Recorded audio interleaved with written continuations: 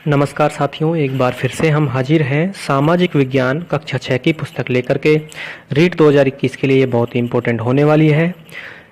पिछले वीडियो तक हम 19 अध्याय कंप्लीट पढ़ चुके हैं, तो आज की इस वीडियो में हम पढ़ेंगे अध्याय नंबर 20 और जिसका नाम है प्राचीन भारत की अर्थव्यवस्था। तो सारे के सारे क्वेश्चन जो है बहुत ही इंपॉर्टेंट है और सारे क्वेश्चन जो है वन लाइनर क्वेश्चन है जो सीधे सीधे आपको रीट 2021 में पूछे जा सकते हैं। तो आपसे रिक्वेस्ट है कि आप वीडियो को स्किप बिल्कुल ना करें और शुरू से लेकर आखिर तक जरूर से जरूर देखें। बहुत छोटा ये वीडियो होने वाला है, तो अपने सभी मित्रों तक इस वीडियो को शेयर करें और चैनल को अगर आपने सब्सक्राइब नहीं किया है तो चैनल को सब्सक्राइब जरूर करें और सबसे पहले नोटिफिकेशन पाने के लिए बेल आइकन को प्रेस जरूर करें। तो आइए अब हम चलते हैं महत्वपूर्ण प्रश्नों की तरफ। तो आज का जो पहला प्रश्न है वो पहला प्रश्न कुछ कथन है और कथन है भारतीय किसान एक औसत अंग्रेज किसान की तरह अच्छा है और कुछ मायनों में तो इससे भी श्रेष्ठ है। यह कथन किसने कहा? तो ये अच्छा क्वेश्चन बन सकता है। 4 ऑप्शन डाल दिए जाएंगे यहाँ पर, तो ये अच्छा क्वेश्चन बन सकता है। एक बार फिर से देखें, भारतीय किसान एक औसत अंग्रेज किसान की तरह अच्छा है और कुछ मायनों में तो इससे भी श्रेष्ठ है। यह कथन किसने कहा? तो यह कथन कहा था डॉक्टर वायलेकर ने 1889 ईस्वी में। तो ये अच्छा क्वेश्चन है, ध्यान रखें। नेक्स्ट है, जिस समय पश्चिम यूरोप में असभ्य जातियां निवास करती थी, भारत अपने शासकों के वैभव तथा शिल्पकारों की उच्च कोटि की कला के लिए विख्यात था।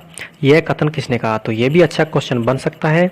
तो यह कहा था भारतीय औद्योगिक आयोग की रिपोर्ट ने 1916 ईस्वी में।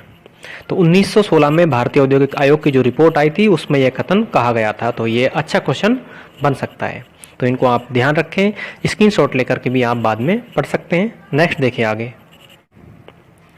नेक्स्ट क्वेश्चन है, प्राचीन समय में कौन से देश के कपड़े अपनी गुणवत्ता व बारीक कारीगरी के लिए पूरी दुनिया में मशहूर था? तो प्राचीन समय में जो है ऐसा कौन सा देश था?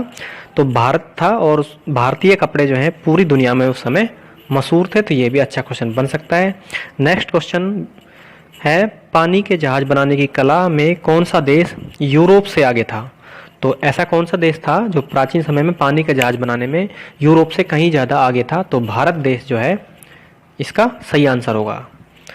तो ये अच्छा क्वेश्चन है। नेक्स्ट है, सिल्क का उत्पादन भारत में कहाँ कहाँ पर होता था? तो ऐसा कौन सा स्थान था जिस पर सिल्क का उत्पादन होता था? तो इसका आंसर होगा अहमदाबाद में, बनारस, पतन आदि स्थानों पर जो है सिल्क का उत्पादन होता था प्राचीन समय में। तो ये अच्छे क्वेश्चन बन सकते हैं। नेक्स्ट देखें आगे। नेक्स्ट क्वेश्चन है, सिंटज। सिंटज मतलब छींट छापेदार सूती कपड़े। छींट वाले जो सूती कपड़े होते हैं उनको सिंटज कहा जाता है। क्वेश्चन है, सिंटज के केंद्र कौन कौन से थे? तो ये है बुरहानपुर, सिरोंज, कोलकाता, ढाका, मद्रास, पतन आदि। तो आदि स्थानों पर जो है सिंटज के कपड़े बनते थे। तो ये भी अच्छा क्वेश्चन बन सकता है। नेक्स्ट है, चेक और धारीदार कपड़े का उत्पादन कहाँ कहाँ होता था? तो चेक धारीदार कपड़ों का उत्पादन लाहौर, अहमदाबाद, कोलकाता, बुरहानपुर, मद्रास, पांडिचेरी, समाना आदि। तो यहाँ पर जो है चेक और धारीदार कपड़े बनते थे। इन सभी क्वेश्चनों को आप नोटबुक में नोट कर सकते हैं। एक बार 2 बार आप इनको पढ़ेंगे याद हो जाएंगे, या फिर वीडियो को 1-2 बार आप देखेंगे तो याद हो जाएंगे। अच्छे क्वेश्चन बन सकते हैं। नेक्स्ट क्वेश्चन है, प्राचीन भारत में सूती व रेशमी वस्त्र उद्योगों का मुख्य केंद्र था। इसको आप विशेष याद रखें स्टार लगा करके। तो प्राचीन समय में भारत में सूती और रेशमी वस्त्र के जो उद्योगों का मुख्य केंद्र था वो था बंगाल। तो बंगाल जो है वो सूती वस्त्र केंद्र का मुख्य केंद्र था। तो ये अच्छा क्वेश्चन है। नेक्स्ट देखें आगे। नेक्स्ट है, भारतीयों को अनादिकाल से लोहे गलाने की कला का ज्ञान रहा है। यह कथन किसने कहा था? तो ये भी अच्छा क्वेश्चन है और पूछा जा सकता है। तो भारतीयों को अनादि यानी प्राचीन समय से लोहे गलाने की कला पता थी, यानी कि जानकारी थी इसकी। तो यह कथन कहा था विल्सन ने। तो ये भी अच्छा क्वेश्चन है। नेक्स्ट देखिए आगे।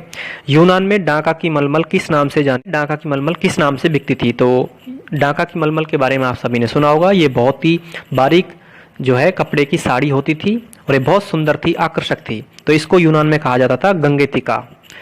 देखिए डाका प्राचीन भारत में जो है डाका भारत में ही आता था, आज का वर्तमान जो बांग्लादेश है। तो डाका की मलमल उस समय बहुत ज़्यादा प्रसिद्ध थी। ऐसा कहा जाता है कि जो डाका की मलमल जो साड़ी थी वो एक छोटे रिंग में होकर के उसको निकाला जा सकता था। इतनी अच्छी सिल्क की साड़ी जो है होती थी, बारीक साड़ी।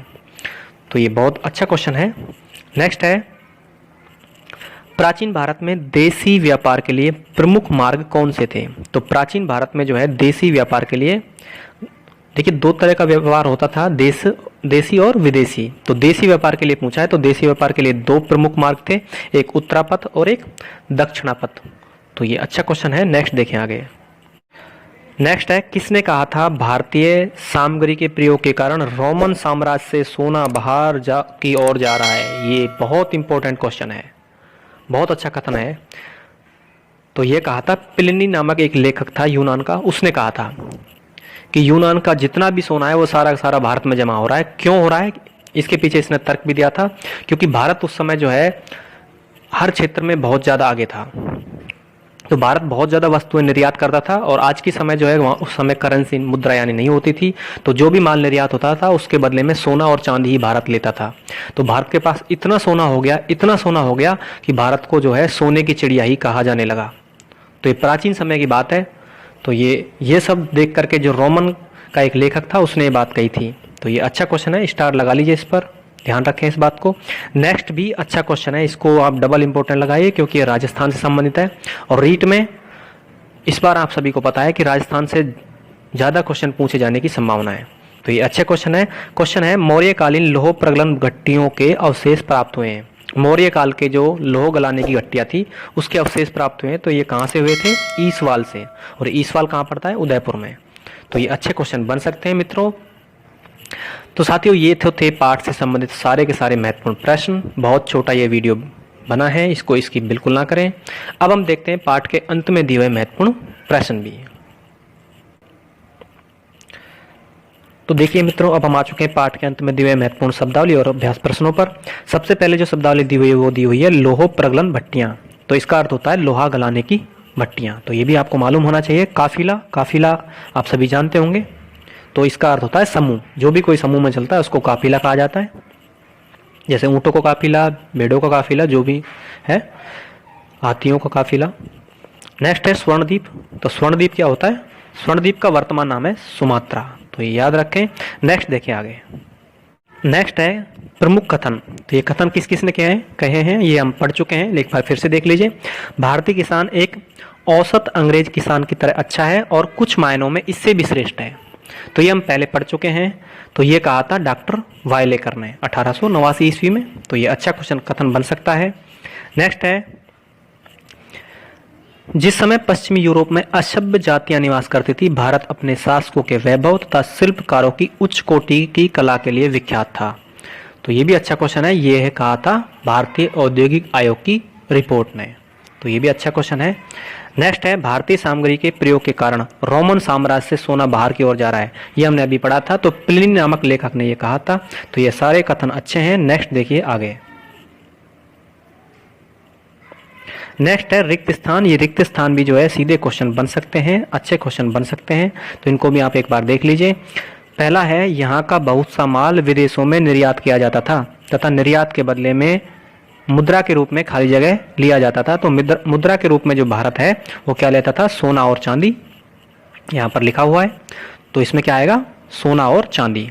नेक्स्ट है नंबर 2, रिक्त स्थान की खेती यहाँ पर इंग्लैंड व यूरोप से कई शताब्दी पूर्व प्रारंभ की थी। तो गेहूं की खेती, इसका सही आंसर क्या होगा? गेहूं। तो गेहूं की खेती जो है यहाँ पर इंग्लैंड और यूरोप से पूर्व में की जाती थी। नेक्स्ट है, खाली जगह बनाने की कला में भारत यूरोप से आगे था। तो पानी के जहाज, तो पानी के जहाज बनाने में जो है यूरोप से आगे था भारत। तो ये भी अच्छा क्वेश्चन है। नेक्स्ट है, जो हम पहले अभी पढ़ चुके हैं, रिक्त स्थान में मौर्यकालीन लौह प्रगलन भट्टियों के अवशेष मिले हैं। तो यह भी हमने पढ़ा था, ईसवाल उदयपुर में ये मिला है, ये इंपॉर्टेंट भी है। नेक्स्ट है, इथोपिया अफ्रीका से रिक्त स्थान भारत आता था। तो इथोपिया से आता था हाथी दांत और सोना। तो मित्रों, ये थे इस पार्ट के सारे महत्वपूर्ण प्रश्न। इससे बाहर रीट में कुछ भी जाने वाला है नहीं। तो आप वीडियो को ज़्यादा से ज़्यादा शेयर करें और चैनल को सब्सक्राइब करें, बेल आइकन को प्रेस जरूर कर दें। अब हम मिलेंगे नेक्स्ट वीडियो में। आप सभी को नमस्कार, धन्यवाद।